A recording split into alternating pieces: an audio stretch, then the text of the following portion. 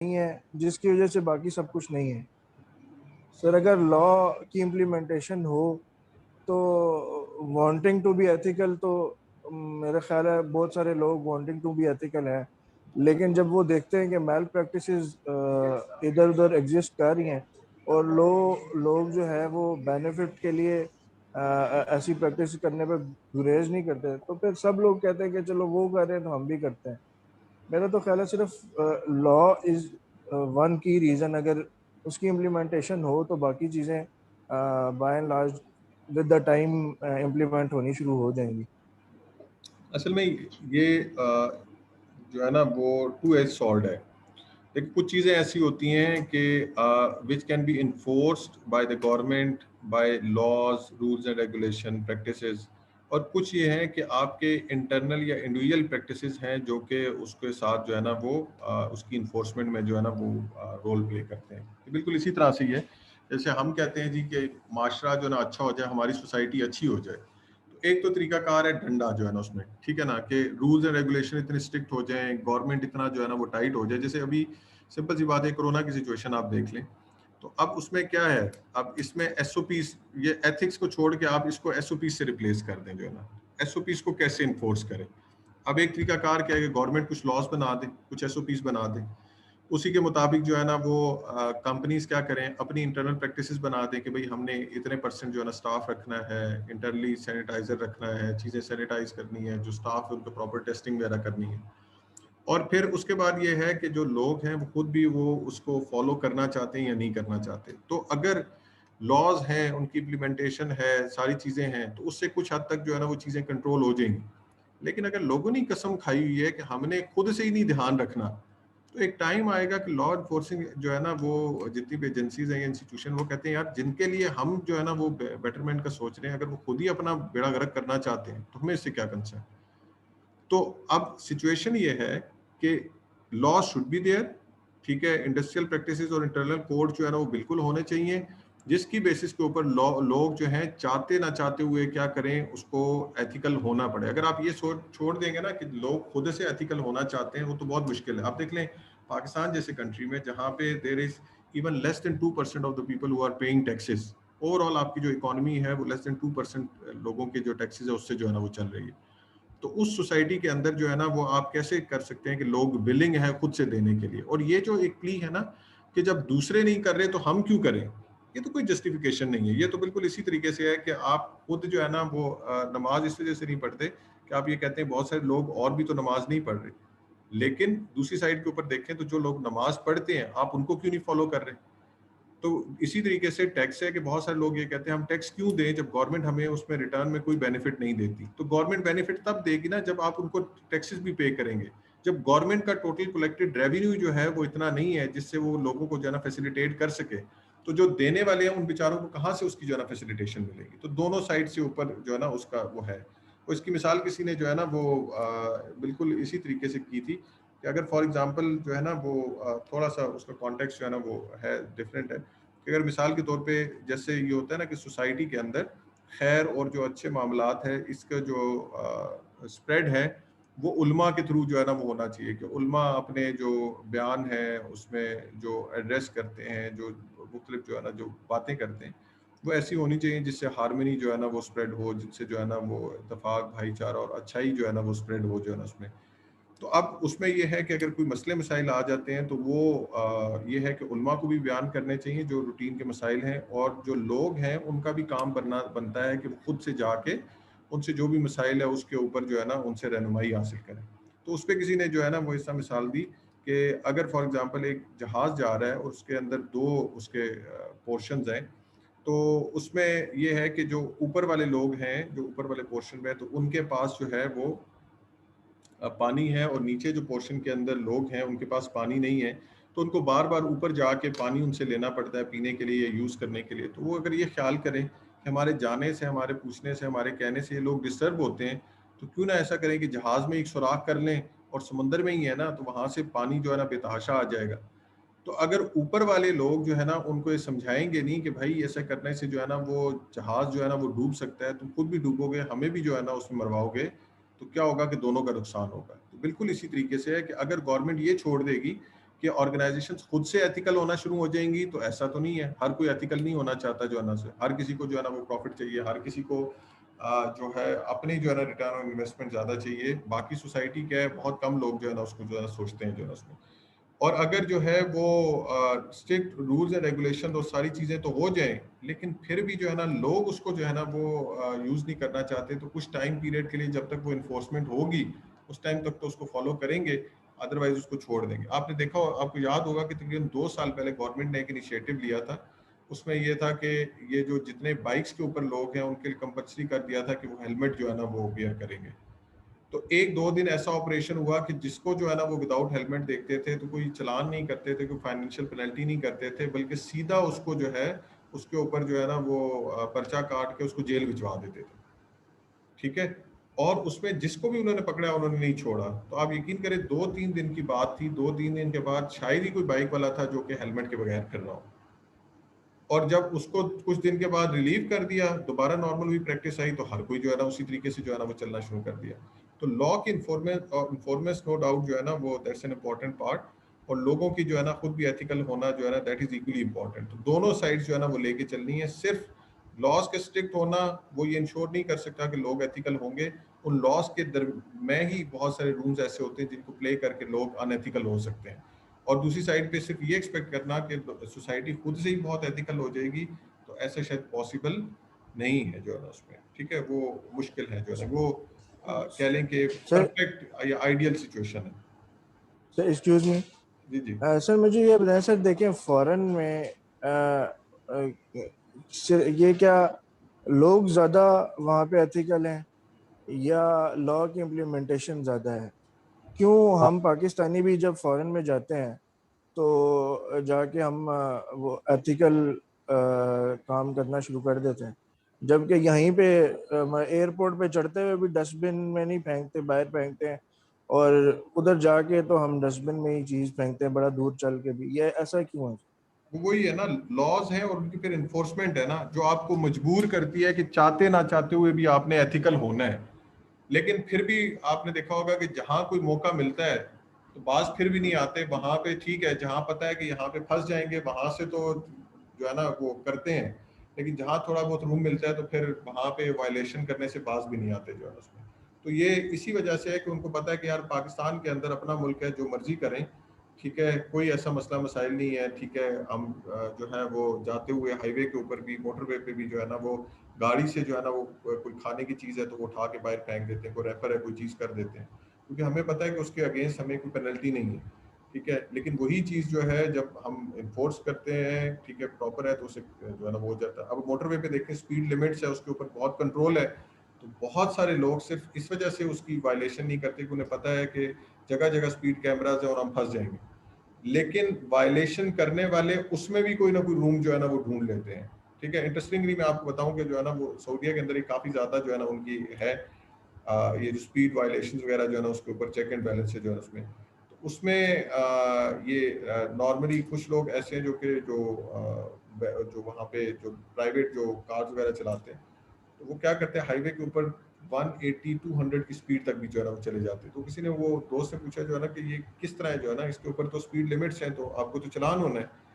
तो वो करते ऐसा थे कि उसमें कोई डिवाइस मिलती थी जो कि उनको इंटीमेट कर देती थी 10-12 किलोमीटर पहले ही कि इसके बाद जो है ना कोई कैमरा है, स्पीड कैमरा। तो वो उसको आइडेंटिफाई करके पहली स्पीड लिमिट उसकी रेंज में आने से पहले जो है ना वो लो डाउन कर लेते थे, जिससे जो है ना वो निकल जाते थे। या वो उसकी जो नंबर प्लेट्स होती थी उसके ऊपर कोई लेमिनेटेड कोटिंग या कोई चीज़ इस तरह से लगा देते थे कि जो कैमरा डिटेक्ट नहीं कर सकता। तो अब देखें, ये प्रॉब्लम्स तो हैं, लॉ है, इन्फोर्समेंट है, सारी चीज़ें हैं, लेकिन फिर भी जो अनएथिकल होना चाहते हैं वो कर देते हैं। लेकिन the point of concern is कि अगर रूल्स एंड रेगुलेशंस होंगे तो बहुत हद तक जो लोग, ठीक है, एथिकल नहीं भी होना चाहते उनको भी आप कर सकते हैं। एटलीस्ट जो होना चाहते हैं वो तो जरूर होंगे, जो नहीं होना चाहते उनमें से भी कुछ लोगों को ऑन बोर्ड ले लेंगे। जी क्वेश्चन साहब। ये सर ये एक चीज मैं ऐड करना चाह रहा था इसके अंदर। एक्चुअली ये जो अबू जर साहब ने पूछा ना कि क्या हम एथिकल हैं या नहीं है, इनफैक्ट इंसान जो है ना sir by nature violator of rule है।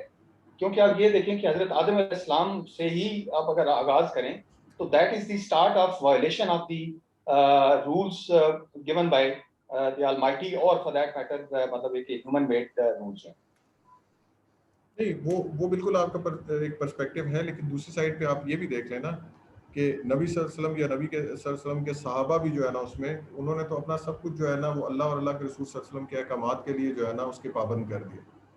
Despite of the fact violations वाला भी पर्सपेक्टिव एग्जिस्ट करता है, और दूसरी साइड पे जो है ना अतात वाला पर्सपेक्टिव भी ऐसा एग्जिस्ट करता है कि सब कुछ जो है ना वो छोड़ छाड़ के जैसे हुक्म हुआ बस उसके मुताबिक जो है ना वो कर दिया गया जो है ना उसमें. तो दोनों पर्सपेक्टिव एग्जिस्ट करते हैं. और दूसरी बात ये देखें, हम जिस सोसाइटी में रहते हैं ना, हम उसके नॉर्म्स को ज़्यादा बेहतर जानते हैं, हम उसके मुताबिक देखते हैं कि यहाँ पे ज़्यादा है. ये मसले मसाइल हर जगह है, ऐसा नहीं है कि मतलब सिर्फ वो पाकिस्तान के अंदर है.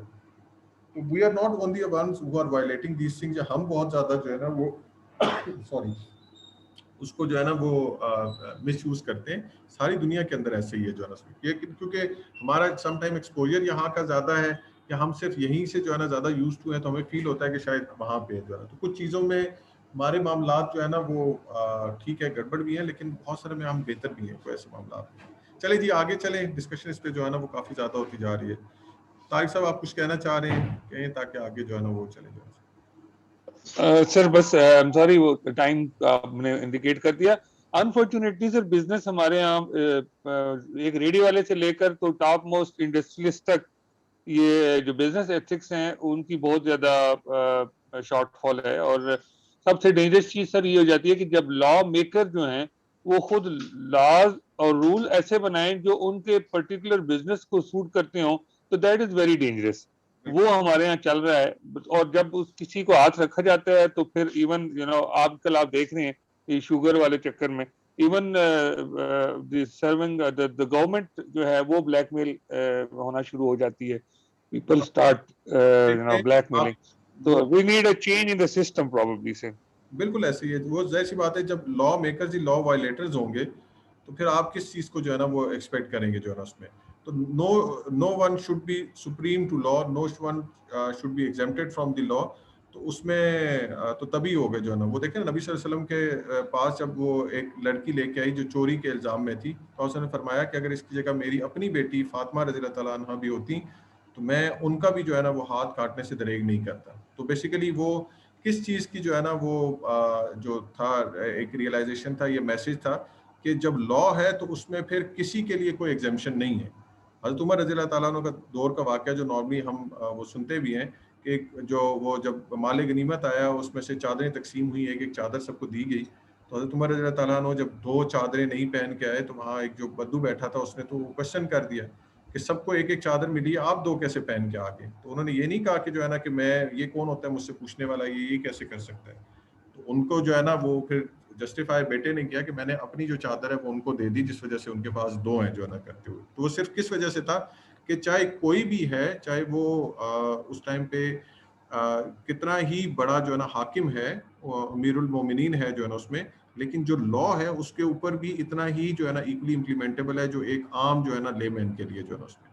तो जिन सोसाइटीज़ के अंदर, जिन कंट्रीज़ में अभी भी ये प्रैक्टिसेस जो है ना वो एग्जिस्ट करती हैं कि वहाँ पे जो है ना लॉ को सुप्रीमेसी है, लोगों की नहीं है, तो वहाँ आप देखें कि वहाँ पर्सपेक्टिव जो है ना बड़े डिफरेंट है. और अनफॉर्चुनेटली हमारे जैसे मुल्क के अंदर जहाँ पे लोगों के पास या ऑर्गेनाइजेशंस के पास सुप्रीमेसी है एज कम्पेयर टू लॉ, तो वहाँ पे लोगों के मुताबिक जो है ना वो लॉ को जो है ना वो डिविएट किया जाता है, ना कि लोग लॉ के अकॉर्डिंगली अपने आप को मॉडिफाई करते हैं.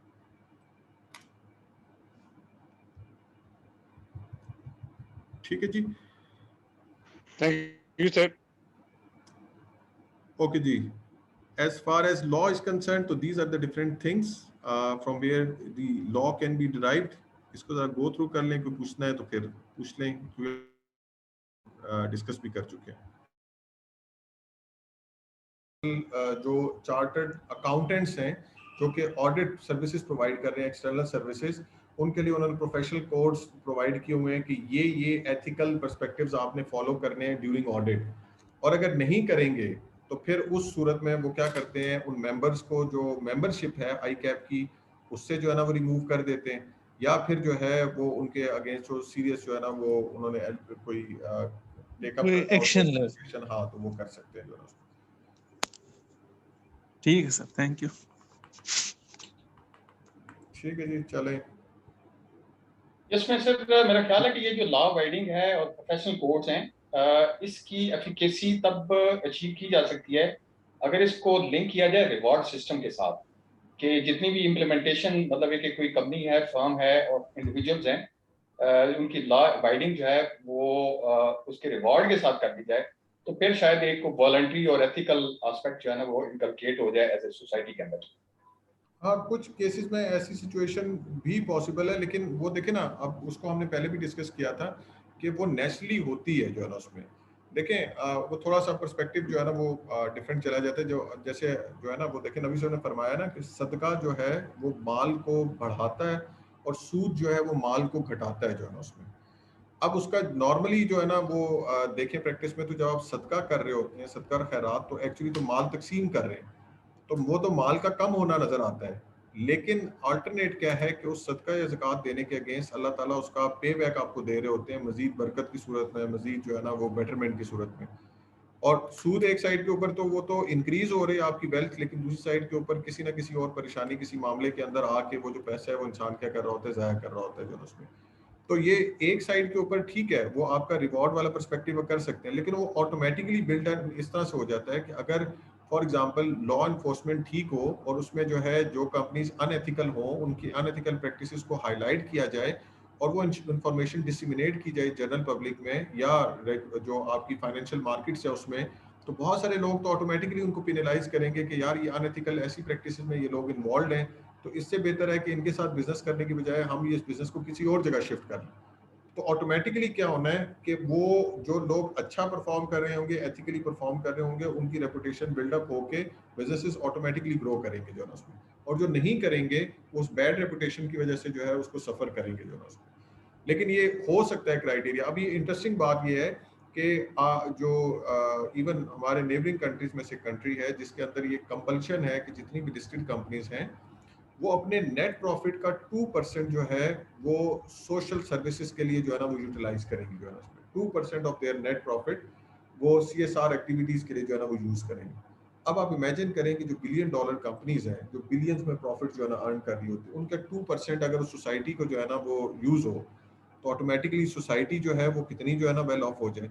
उसी चीज को अगर हम लिंक करें जो हमें अपने रिलीजन से जो है ना वो एक मिला है ज़कात का सिस्टम, तो बेसिकली ज़कात भी अगर आप देखें तो इट्स जस्ट लाइक कि आप 2.5% आपकी एक्स्ट्रा वेल्थ से जो नॉर्मली आपके यूज में नहीं आती, आपके पास एक्स्ट्रा जो अवेलेबल होती है थ्रू आउट द ईयर, उसमें से आपने क्या करना है 2.5% देना है।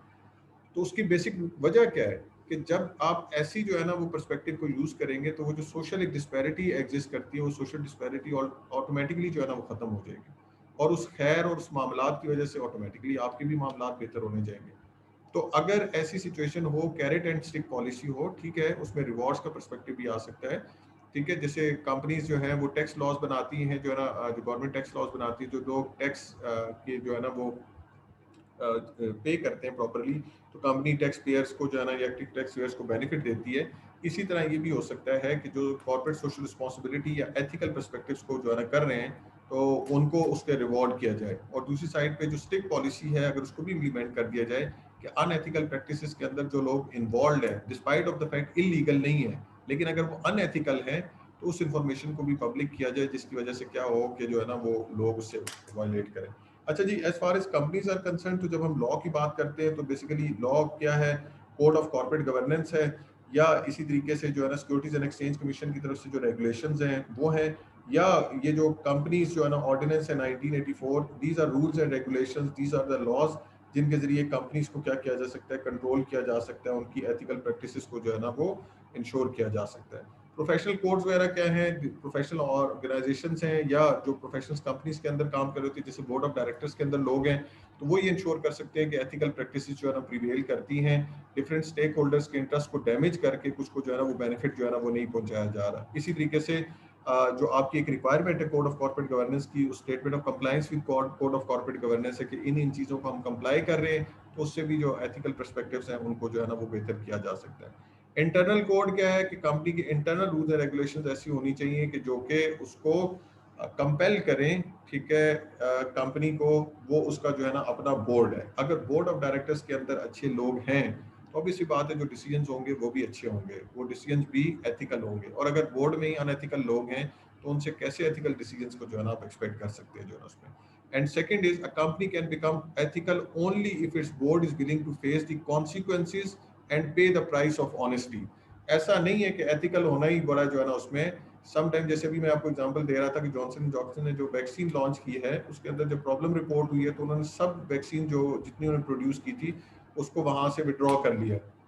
तो अब एथिकल होना इतना आसान भी नहीं है, उसके कॉन्सिक्वेंसेस बहुत बड़े हैं।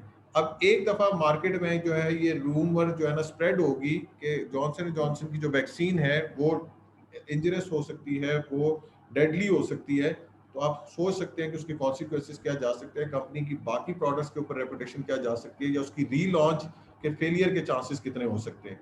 लेकिन दूसरी साइड के ऊपर ये पर्सपेक्टिव भी है कि अगर उसका पॉजिटिव आ जाता है पर्सपेक्टिव तो लोग उनको का ट्रस्ट या उसके ऊपर जो है ना जो फर्दर जो उनके साथ कमिटमेंट है वो और बढ़ जाएगी। तो इट्स नॉट ऑलवेज, जैसे वो कहते हैं ना कि कई लोग जो है ना वो जब सच बोलते हैं तो सच की उनको बड़ी जो है ना वो भारी कीमत अदा करनी पड़ती है। तो it has to be there, जो है ना इतना आसान नहीं है कि आप कहिए कि हम बिल्कुल जो है ना वो एथिकल तरीके से चलेंगे। जो आगे बात भी चल रही थी, फॉर एग्जांपल मैं शेयर करता हूँ, हमारे जानने वाले तो इनकी कंपनी जो है वो रन कर रहे हैं। तो इस तरह हुआ कि एक जो है ना कंपनी के जो है ना इनिशियल ईयर्स के अंदर उनके पास एक टैक्स अथॉरिटीज़ का एक बंदा आया और उसने कहा जी कि जो फाइनेंस मैनेजर था उससे मिला और उसने कहा जी कि कुछ इस तरह करते हैं, कुछ आपस में मुका कर लेते हैं, आपके जो टैक्स के मामलात है जो है ना वो हम संभाल लिया करेंगे, देख लिया करेंगे जो है ना उसको करते हुए। तो उन्होंने ये कहा कि जो सीईओ साहब हैं वो ऐसे मामलात पे नहीं यकीन करते, ऐसा जो है ना या ऐसा लेन देन के ऊपर वो नहीं करते। उसने कहा जी देख लें। उसने कहा जी मैं आपको बात बता दूंगा लेकिन मुझे डर है कि वो बात नहीं मानेंगे क्योंकि वो बड़े असूल परस्त बंदे हैं, बड़े जो है ना वो मामलात में सीधे। खैर ऐसे ही हुआ। उसने कहा जी ठीक है कोई मसला नहीं। तो कंपनी की जब टैक्स रिटर्न उन्होंने फाइल की तो उनकी कंपनी की टैक्स रिटर्न्स के ऊपर उन्होंने ऐसा किया कि तकरीबन 32 लाख रुपीस के जो है वो एक्स्ट्रा टैक्स जो है ना वो उसके ऊपर जो है ना वो कर दिया। जो टैक्स रिटर्न्स फाइल की थी उसके ऊपर जो है ना उस टैक्स से अबव जो है 32 लाख रुपीस जो है ना एज एडिशनल चार्जेस जो है ना वो कर दिए। अब ये सर पकड़ के बैठ गए कि यार ये क्या मामला है, वो जी फलां चीज़ में जो है ना वो आपने कम किया था, फलां जो आइटम इंपोर्ट किया है वो अंडर इनवाइस था, फलां जो चीज़ है वो आपकी सेमी फिनिश थी तो आपने रॉ मटेरियल के तौर पे की है, या आपकी जो फिनिश गुड्स थी तो आपने उसको सेमी फिनिश के तौर पे किया, क्योंकि उसके अकॉर्डिंगली रेगुलेटरी ड्यूटीज वगैरह जो है ना वो टैक्स आपका जो है ना वो चेंज हो जाता है। तो ये अब सर पकड़ के बैठ गए कि आप क्या करें। तो वो जो था फाइनेंस मैनेजर उसने दोबारा उस बंदे से बात की। उसने कहा यार मैंने तो आपको पहले कहा था कि कुछ मामलात आपस में जो है ना वो तय कर लेते हैं तो मामलात ठीक हो जाएंगे जो है ना उसमें, लेकिन आपने खुद ही नहीं माना। तो उन्होंने कहा कि चले ठीक है आप कोई बैठ के जो है ना बात कर लेते हैं जो है ना उसमें। उसने कहा बात तो कर लेंगे लेकिन अब जो रेट होगा थोड़ा डिफरेंट होगा जो है ना उसमें। खैर उनकी जो भी सेटलमेंट हुई आपस में, तो उसी बंदे ने दोबारा जो उस टैक्स जो है ना के ऊपर उनको जो भेजा उसमें 8 लाख रुपीस का टैक्स रिफंड क्लेम करा दिया। तो आप खुद सोचें कि वही जो है वो टैक्स रिटर्न जिसमें पहले 32 लाख रुपए का एडिशनल टैक्स चार्ज आ रहा था, उसी पे 8 लाख रुपीस का टैक्स रिफंड क्रिएट कर दिया जो है उसमें। तो अब जब आप एथिकल होने की कोशिश करते हैं तो फिर उस एथिकल होने के अगेंस्ट आपको फिर कॉन्सिक्वेंसेस भी बियर करने पड़ते हैं जो है उसमें। ठीक है, आप कहते हैं जी कि हम पोर्ट पे क्लियरेंस के जो है ना वो नहीं देंगे पैसे जो है ना उसमें करते हुए, तो कहते हैं ठीक है कोई मसला नहीं है, पोर्ट से माल ही नहीं क्लियर होता, चीज़ें क्लियर नहीं होती। बहुत सारी प्रोडक्ट्स जो पेरिशेबल होती है वही पड़ी पड़ी ख़राब हो जाती है। बहुत सारी जो प्रोडक्ट्स हैं वो डिले हो जाती हैं, ऑर्डर्स टाइमली नहीं हो सकते, सिर्फ इस वजह से कि आप कहते हैं जी कि उस सिस्टम के अंदर हमने फेयरली चलना है, लेकिन उस फेयर सिस्टम में चलने के लिए जो है ना फेयर तरीके से चलने के लिए आपको सिस्टम जो है ना वो अलाउ नहीं कर रहा होता जो है उसमें। What can be done? Setting up a formal policy on ethics is essential, and ethics should be a part of everything that a company does. Doing certain things in the name of ethics is not enough. सिर्फ ये कहते हैं ना जी कि tree plantation कर देंगे, हम कोई चैरिटी कर देंगे, ऐसी बात नहीं है। बल्कि जो भी बिजनेस एक्टिविटी आप कर रहे हैं, यू शुड मेक श्योर कि उसको सोसाइटीज के उसको अगर बेनिफिट नहीं हो रहा तो एटलीस्ट सोसाइटी उससे डैमेज नहीं हो। तो ऑब्वियसली बात है जब सोसाइटी को डैमेज नहीं कर रहे तो ऑटोमेटिकली एथिकल पर्सपेक्टिव है जो है उसमें। एडवांटेज ऑफ बिजनेस एथिक्स क्या हो सकते हैं? Improvement in the image of the company, already हमने डिस्कस किया कि when the company would have a better reputation और image in the market, the credibility would improve and more sales of the business can be ensured. Higher productivity among the workers, obviously जब आपके देखिए एक चीज ज़हन में रखें, अगर किसी कंपनी में उसके एम्प्लॉयज को पता है कि हमारा जो सीईओ है या हमारा जो सेठ है वो करप्ट है, 2 नंबर बंदा है, तो ऐसा हो ही नहीं सकता कि नीचे जो काम करने वाले बंदे हैं वो 1 नंबर ईमानदारी से काम करें, ये पॉसिबल ही नहीं। ऊपर वाला अगर करप्ट है तो नीचे वाले भी जहां तक हो सकता है वो अपनी अपने हाथ उस पर साफ करेंगे, अपनी जो है ना इससे की करप्शन जो है ना वो करेंगे। तो अगर जो मेन पर्सन जो उसको लीड कर रहा है, जो सीईओ है कंपनी का, जो चेयरमैन है, अगर वो बंदा ठीक है, एथिकल है, तो ऑटोमेटिकली जो है वो पर्सपेक्टिव जो है ना ट्रिकल डाउन करेगा डाउन साइड, और बाकी जो लोग हैं वो खुद भी उसको फील करेंगे कि यार हम अच्छा एक काम कर रहे हैं, हम सोसाइटी को बेनिफिट कर रहे हैं, तो ऑटोमेटिकली उनकी मोटिवेशन या उनकी इन्वॉल्वमेंट बढ़ेगी, जिससे प्रोडक्टिविटी वगैरह जो है ना वो इंक्रीज हो सकती है। Access to more and cheaper capital, obviously जब आपकी अच्छी क्रेडिट रेटिंग है, क्रेडिट वर्थिनेस है मार्केट के अंदर, you are carrying good reputation in the market, तो you have more access to the capital, आप आसानी से जो है ना मजीद जो है ना फाइनेंसिंग को जो है ना वो रेज कर सकते हैं। And the company helps the society, society helps the company. आप क्या कर रहे हैं, जो सोसाइटी को बेनिफिट कर रहे हैं, सोसाइटी आपको बेनिफिट कर रही है किस तरीके से कि आपको जो फैक्टर ऑफ प्रोडक्शन रिक्वायर्ड है सोसाइटी वो आपको प्रोवाइड कर रही है, आपको चीप लेबर मिल रही है, आपको अच्छे लोग मिल रहे हैं, आपको जो रिक्वायर्ड जो है ना रिसोर्स है जो कि सोसाइटी से जो है ना वो चाहिए वो आपके लिए अवेलेबल होगा। And this could create a win-win situation. At the end of the day, it's not only the company that would win, but it's also the society that will take benefit out of it जो है ना। और अगर आप damage करना चाहेंगे society को, तो ऑल्टरनेटिवली जो है ना सोसाइटी की तरफ से भी जो है ना एक नेगेटिव पर्सपेक्टिव आएगा जो आपको डैमेज करेगा। Impact of employees, if the company is honest, employees tend to be honest as well. This means that better work environment, better productivity, higher efficiency. आप लोगों का ख्याल रख रहे हैं तो ये हो ही नहीं सकता कि लोग आपका ख्याल ना रखें जो है ना। ठीक है, कुछ कमजोर होते हैं वो नहीं चीज करते, लेकिन बाय एंड लार्ज जो ऑर्गेनाइजेशंस अपने एम्प्लॉयज का ख्याल रखती हैं, उनके साथ फेयरली चलती हैं, अच्छे तरीके से उनको रिवॉर्ड करती हैं, वो लोग भी फिर एज अ जो है ना वो रिएक्शन जो है उनके साथ सिंसियरली अच्छे तरीके से चलते हैं। Honest companies have laser frauds and thefts. जाहिर सी बात है जब कंपनी खुद ठीक है तो जो उसमें काम करने वाले लोग हैं वो भी ठीक होंगे, जो दूसरे किस्म के लोग हैं वो सर्वाइव ही नहीं कर पाएंगे। Ethical companies attract better quality of the staff. जाहिर सी बात है जो रिप्यूटेबल कंपनीज है अच्छी हैं, लोग खुद प्रेफर करते हैं कि उन कंपनीज को जो है ना वो ज्वाइन करें, क्योंकि उनकी रेपुटेशन जो है ना वो उसको अट्रैक्ट करती है। And ethical companies are able to retain good staff. तो जाहिर सी बात है जब अच्छे लोगों को लेंगे, अच्छे तरीके से उनको जो है ना रिटेन करेंगे, तो टर्नओवर ऑटोमेटिकली जो है ना वो आपका कम हो जाएगा। ठीक है, then areas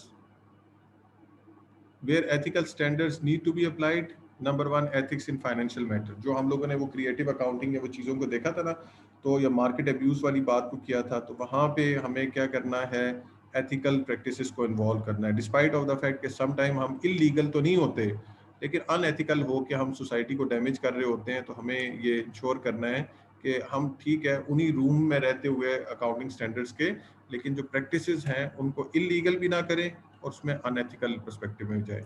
ethics in human resource management, लोगों को फेयरली रिवॉर्ड करें, हायरिंग जो है ना मेरिट के ऊपर होनी चाहिए, अगर फायर कर रहे हैं तो वो भी जेन्युइन रीजन होना चाहिए, जो लोगों की जो प्रमोशंस हैं, जो पर्क्स एंड बेनिफिट्स हैं, उसके अंदर कोई डिस्क्रिमिनेशन नहीं होनी चाहिए, तो ऑटोमेटिकली जो है ना ह्यूमन रिसोर्स मैनेजमेंट में एथिकल हो जाएंगे। Ethics in sales and marketing, जो आप बता रहे हैं वही एक्चुअली चीज़ हो, ओवर प्रॉमिस अंडर डिलीवर वाली सिचुएशन के अंदर नहीं जाए।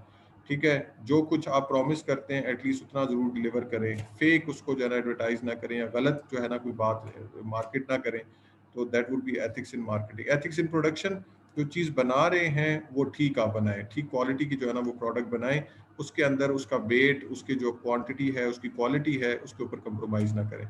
Ethics in matters relating to the property and intellectual property, जो आपने अपने एसेट्स अपने होल्ड किए हुए हैं उनके ऊपर जो उनकी वैल्यूएशन है, या उनको जो उस जिस वैल्यू के ऊपर आप उस अकाउंट्स में रिकॉर्ड कर रहे हैं, उसको भी जो है ना वो आप क्या करें, एथिकल मैनर्स में यूज करेंगे।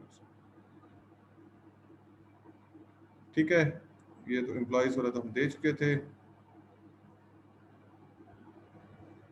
Then characteristics of an ethical organization, it should have a formal code of ethics. जुबानी कलामी ethical practices नहीं होती, formal code of conduct lay down होना चाहिए कि जी के इस बेसिस के ऊपर जो है ना हम ethical practices को involve करेंगे।